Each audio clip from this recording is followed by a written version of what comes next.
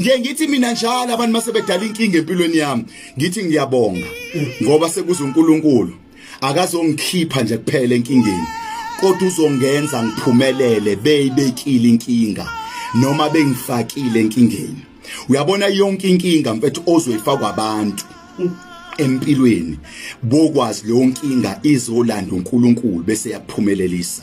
Siphumelele mfethu asihambanga inyanga kodwa ingenxa yokuthi kunabantu abasifake inkingeni kwehla uNkulunkulu wasiphakamise inkingeni abayifakile.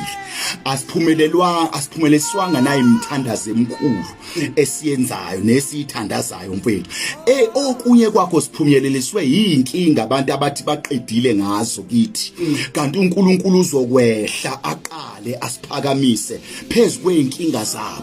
uNkulunkulu akayisusi into angazange ayiqale kodwa uNkulunkulu uphakamisa umuntu ofakwe entweni eqalwe ngabantu.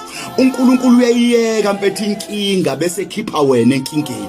You know what mfethu ukuthi empilweni ke abantu bebekukhozela inkinga musa ke nawo ukuba inkinga phezulu kwenkinga ngoba iproblem yethu into edala ukuthi inkinga singaphumi kusona. No matter uNkulunkulu efisa ukukukhipha enkingeni ubona wena usuyitrouble ngoba uNkulunkulu akakwazi ukususa into angayiqalanga. Ngamanye amazwi bayeke abantu baqale musuqala phezulu kwento abantu abaqale kuyona. Bayeke baqale phezulu kwegama lakho naphezulu kwempilo yakho kodwa wena ungalingi uqale sebeqalile dedela uNkulunkulu aqede sebeqalile.